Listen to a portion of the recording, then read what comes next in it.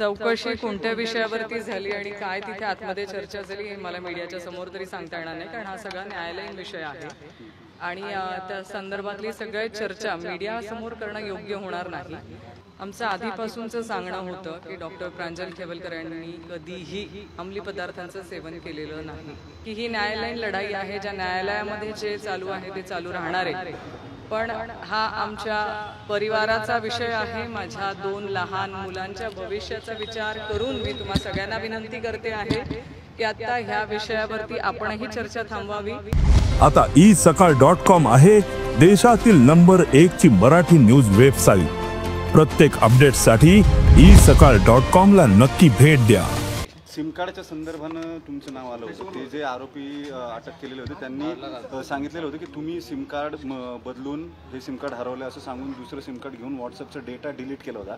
पुरावा नष्ट केल्याचा आरोपचं नाव त्या प्रकरणी निष्पन्न झालं होतं। त्या संदर्भानं काही चौकशी झाली आहे? चौकशी कोणत्या विषयावरती झाली आणि काय तिथे आतमध्ये चर्चा झाली हे मला मीडियाच्या समोर तरी सांगता येणार नाही, कारण हा सगळा न्यायालयीन विषय आहे आणि त्या संदर्भातली सगळी चर्चा मीडियासमोर करणं योग्य होणार नाही। पण आमच्या सगळ्यांच्या वतीने जेवढं त्यांना कोऑपरेशन अपेक्षित आहे त्या तऱ्हेने आम्ही कोऑपरेट करतोय। खेवलकरांचा जामीन झाला। फॉरेन्सिकचे रिपोर्ट आता माध्यमांमध्ये आलेले आहेत, निगेटिव्ह सर्व आरोपींचे रिपोर्ट आहेत, त्यांनी कुठल्याही अंमली पदार्थांचं सेवन केलेलं नाही असे रिपोर्ट आले।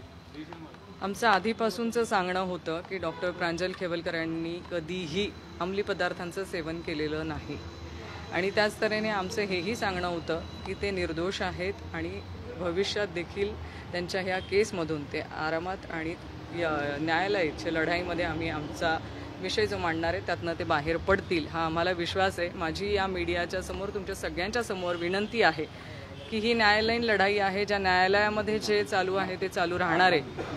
पण हा आमच्या परिवाराचा विषय आहे। माझ्या 2 लहान मुलांच्या भविष्याचा विचार करून मी तुम्हा सगळ्यांना विनंती करते आहे की आता ह्या विषयावरती आपणही चर्चा थांबवावी, कारण माझ्या 2 मुलांच्या भविष्यावरती ह्या सगळ्या गोष्टीचा अतिरेक होतोय किंवा त्याचा त्या दोघांच्या भविष्यावरती कुठेतरी आता परिणाम व्हायला लागतोय। म्हणून माझी सगळ्या मीडियाला विनंती आहे की आता हा विषय तुम्ही थांबवा। ही न्यायालयात ज्या गोष्टी होणार आहेत त्या तुमच्या समोर येणारच आहेत आणि न्यायालयाची लढाई ही मला विश्वास आहे आम्ही सगळ्या ठामपणे ही जिंकणार आहोत, कारण सत्य हे आजही सत्यच आहे आणि उद्याही सत्य। महाराष्ट्रातील सर्व बातम्यांचे विश्वासार्ह व्यासपीठ सकाळच्या सर्व सोशल मीडिया प्लॅटफॉर्मला लाईक, फॉलो आणि सबस्क्राईब करा। तसंच सर्व नोटिफिकेशनसाठी बेल आयकॉन प्रेस करायला विसरू नका।